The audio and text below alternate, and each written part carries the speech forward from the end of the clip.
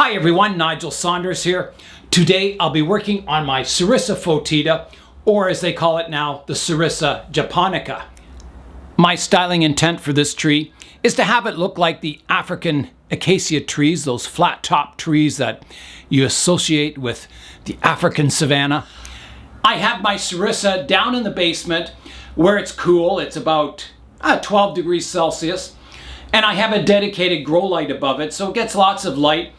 And even in the winter, it grows a little bit, very slowly, but it does grow. So I was looking at it the other day, and I was thinking, something doesn't look right on it. And I was looking at everything. I was looking at the width of the canopy, thinking, is it getting too wide compared to the trunk? I was looking at the height of the canopy, is it getting too full and, looking more like a tropical tree? And then something hit me. It went bang. I thought, it's the bottom of the canopy.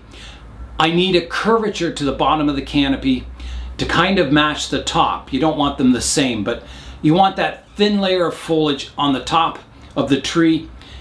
So I'm getting too thick. I've got to curve the underside of the canopy. And I'll show you some reference pictures that show you that kind of look.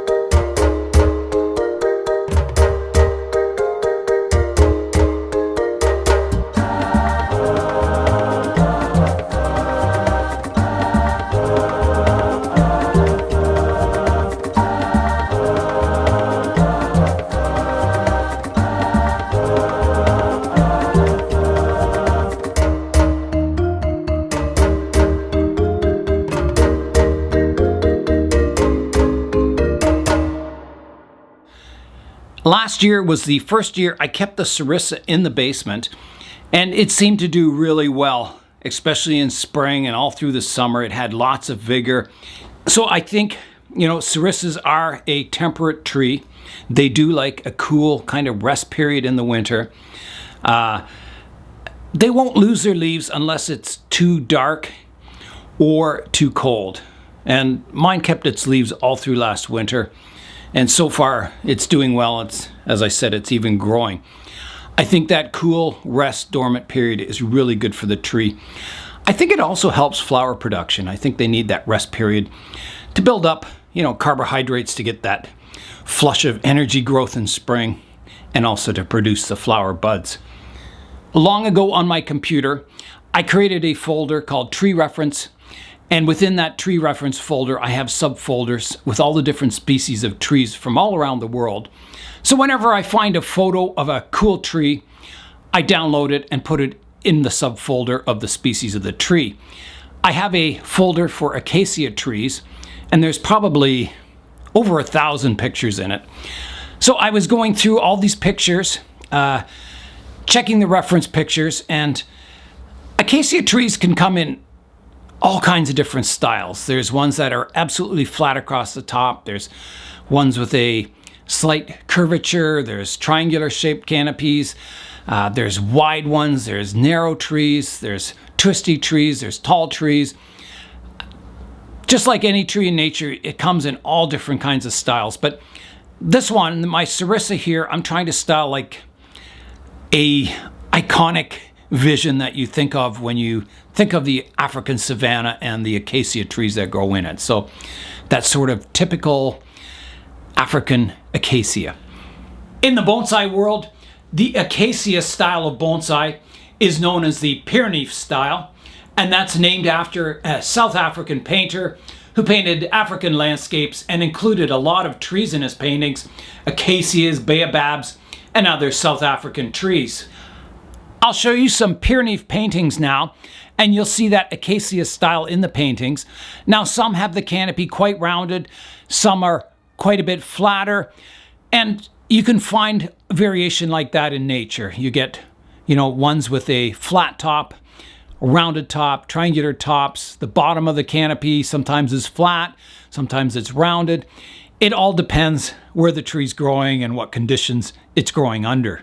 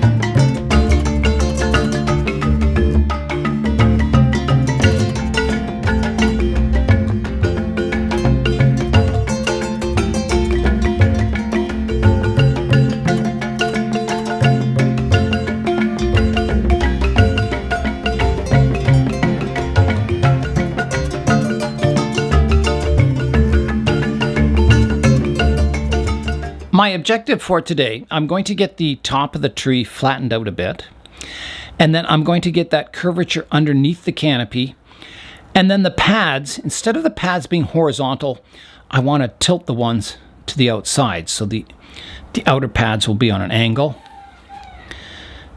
like that. The pads in the middle will be horizontal, so they'll follow the curvature of the tree. I have my scissors, I have a tree, and I have a style in my mind, so let's get pruning.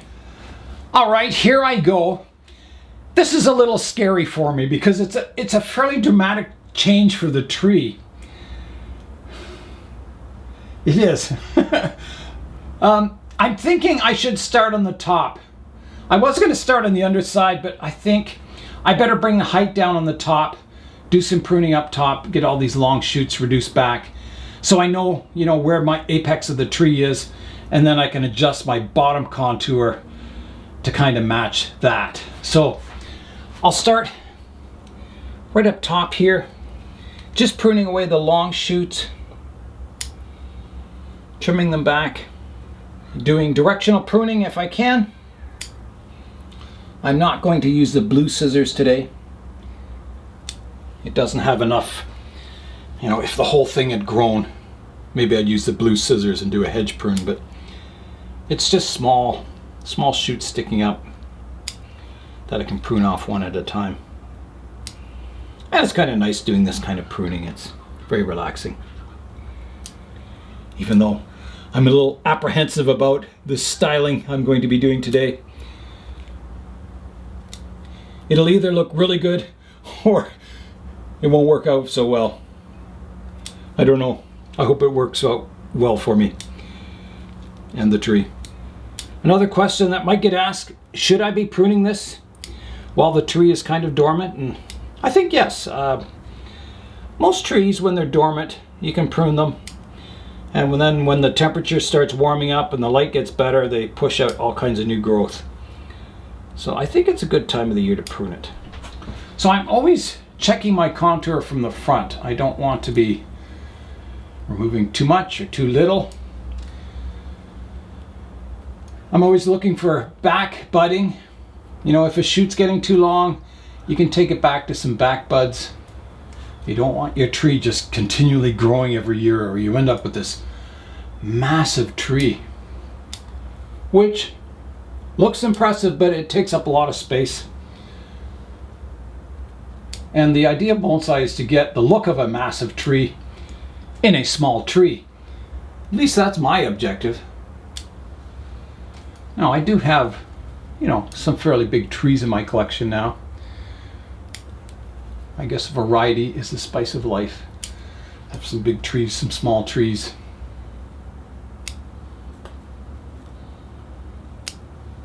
Now I'm also deadheading some of the old flower buds here, which is also beneficial for the tree. Instead of that energy producing seeds, it goes into foliage. You can see here some of these shoots have grown really long and they're starting to shade out the branches below them, so they need to be shortened. Otherwise they block light getting from the outer edges here of the canopy. I'm around the back of the tree now, and I was thinking, because I took some large branches off here and it kind of made a hole in the canopy here, so it's quite high, the canopy at the back here. I thought I would start here, shaping the underside of the canopy to that rounded form. See how it goes, and then I can start on the front. I should bring out a misting bottle. The soil's getting a little dry on top. I better do that. Keep it well watered while it's out here in the greenhouse. It's getting lots of sun today. We're getting a full day of sun, so that'll be really good for this Serissa. All right, I'll give the tree a misting or a watering with the mister. All right, that should do it nicely. So I'm coming in now, shaping this underside of the canopy, removing any hanging branches from the middle here. So here's my highest point. I want to kind of curve it down. So this one's a little high here, so I got to take off this bottom branch like that. Some bottom ones here that can be removed.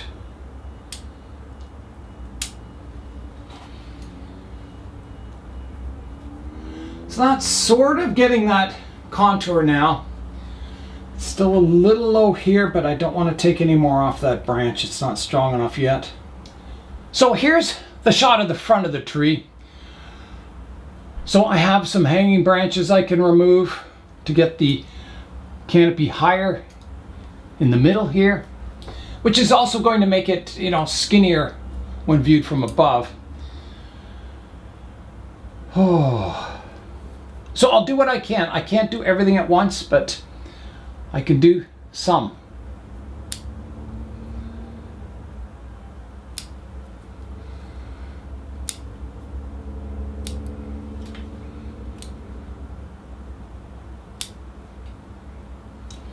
Okay, so here I go. I'm going to take this hanging branch off here.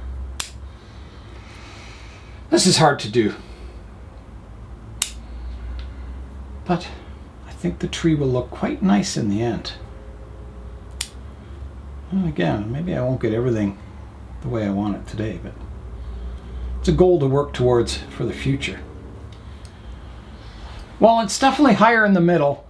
I've got a nice low branch here. These ones aren't that low on the edges, but they'll get there. I think I've got to get my pads reestablished now. So again, I follow up, you know, each of these major branches, isolate that branch, and then flatten it out. So anything vertical gets pruned back.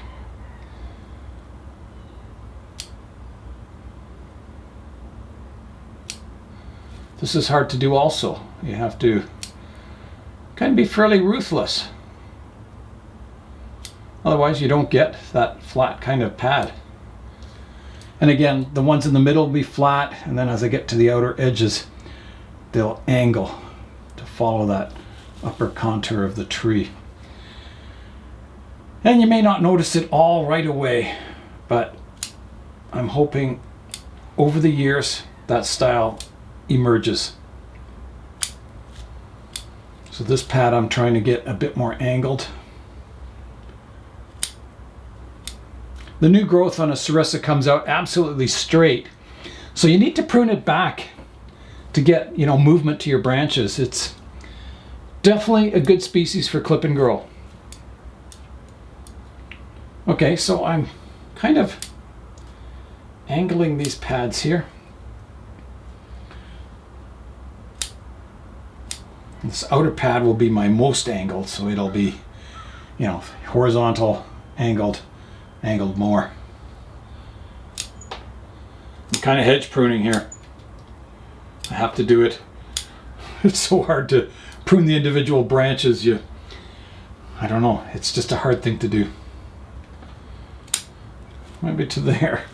Oh, it's a lot of pruning. It looks good though. I've also got to isolate all these pads from the top view so they're not growing into each other. This is going to be a hard video to follow, I think, because I'm doing so much at once, and I think that's just the way it has to be done. So, yeah, it might be a hard video to kind of follow along, but I think you know what I'm trying to achieve. So I'm just trying to prune that shape into the branch structure.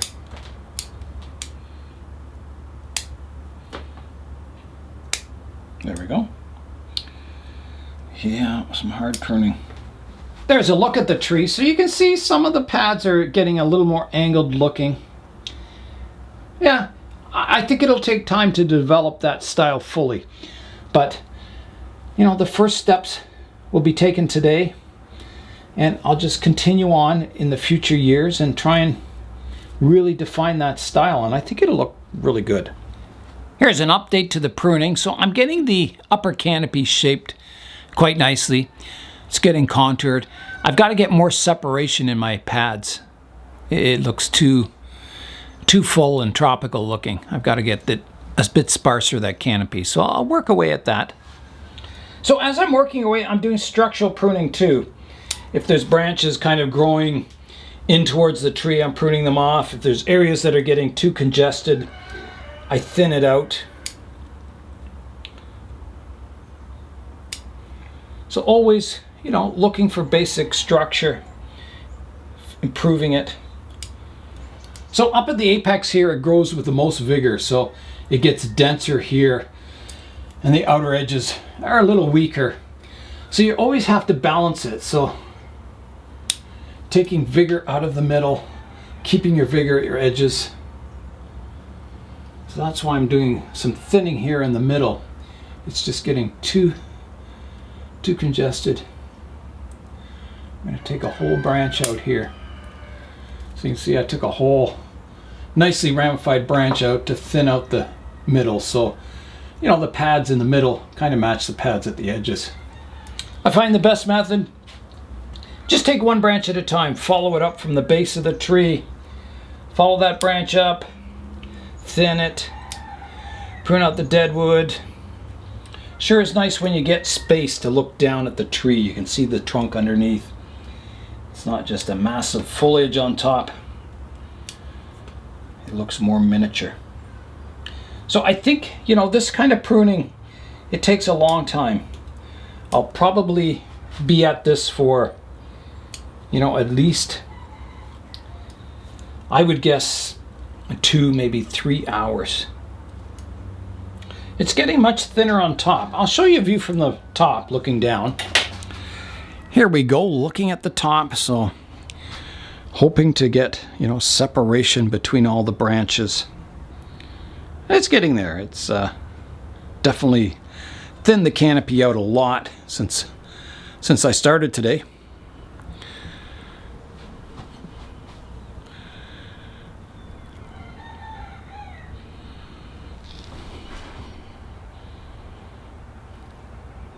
But I have a lot of work to go still. So I'll keep at it. I'm all finished the pruning for today. I didn't quite get the exact style I was going for. I got the upper canopy quite nicely rounded, I think. The underside still needs more rounding and more definition. Maybe it's that I'm afraid to prune away too many branches at once. So I've kind of got it down to the bare minimum now.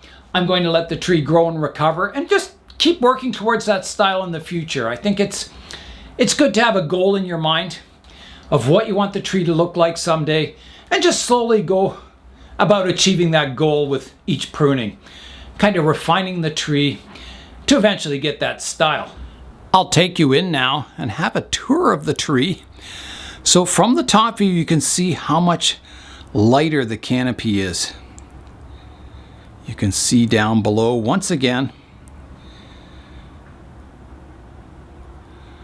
Rather cool. So yeah, you know, to get that style, I need more foliage kind of up higher in some of these branches, and then I'll slowly prune away the lower ones.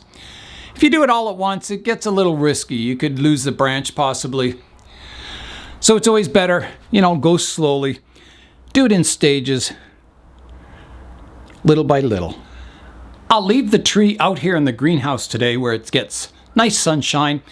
I'll bring it in at nights, and I'm hoping if it stays warm enough, I can bring the tree out each day into the sun where it's, you know, it's cool in the greenhouse here, good sunlight, and I think the tree will recover really nicely. It'll stay really healthy until spring anyway, and then it'll probably put on a big growth spurt once again.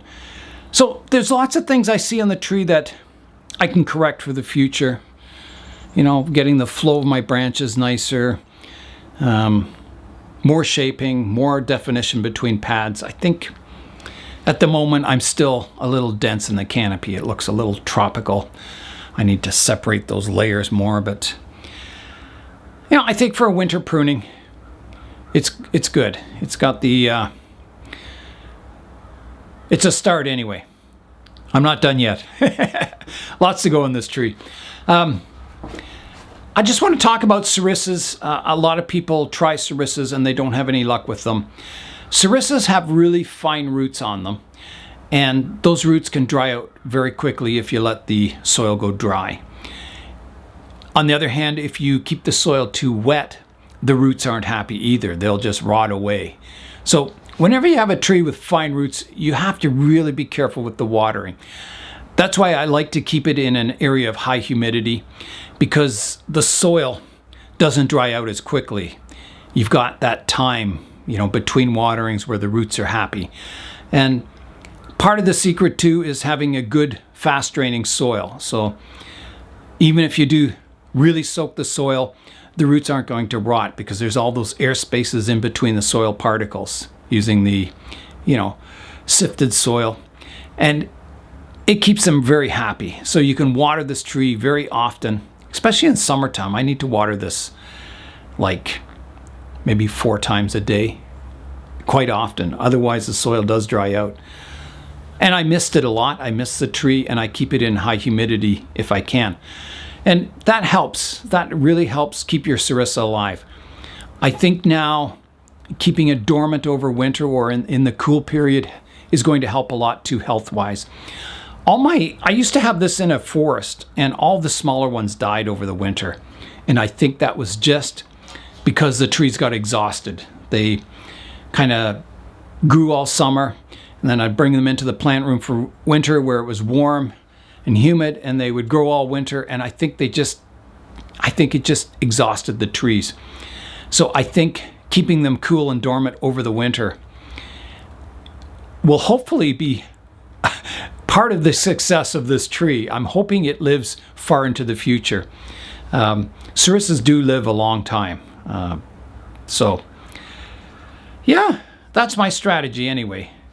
Keep it cool and dormant over winter, let it grow in the summer, keep pruning and clipping it to shape, and water it carefully, and you know, when it needs it. So I'm hoping, yeah, it lives a long time. It's time now for today's update. I'm going to start the updates with the winter colors of my thuja trees, or eastern white cedars. So this clump style here has gone almost a rusty reddish color. It's really cool. You can see the color of the leaves there. Yeah, really awesome. I love that color. It looks really nice in winter. Some of my other ones, like my cathedral style one here, the leaves have just kind of gone sort of a dull bronzy green, which is typical of these cedars. My little cedar spirit tree here, it's kind of gone that bronzy color too. Not as red as that clump style. Quite nice. I like the colors in winter. Over here I have my witch's tree. So you can see it's more of that bronzy color too. It hasn't gone the real kind of reddish colors on it. Really cool though, seeing the different colors. My Cascade one over here, now this one does have those kind of reddish hues to it. Really cool colors. And in spring, they're this color, and then it's usually early June, I think. They suddenly green up, like within 1 or 2 days. The sap flows and boom, they green up and they go that nice dark green again and lose all their winter color. So it's pretty cool seeing that happen. My last update for today is my Christmas cactus. The flowers continue to come out. Oh, is it beautiful?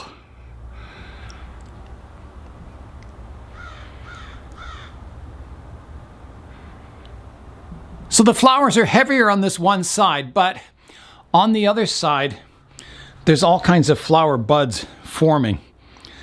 So this side will be a little later. Maybe it didn't get quite as much sun on that side, I'm not sure. But boy, sure is beautiful. You can really enjoy these flowers for a long time too. It did take quite a while to get that upper canopy shape pruned on my Serissa. At least 2 hours I've been out here. But I'm happy with it. It made some progress today towards that Pierneef style. And I'm going to continue working to that Pierneef style in the future. So that's all for today. I'm Nigel Saunders. Thanks for joining me in the Bonsai Zone.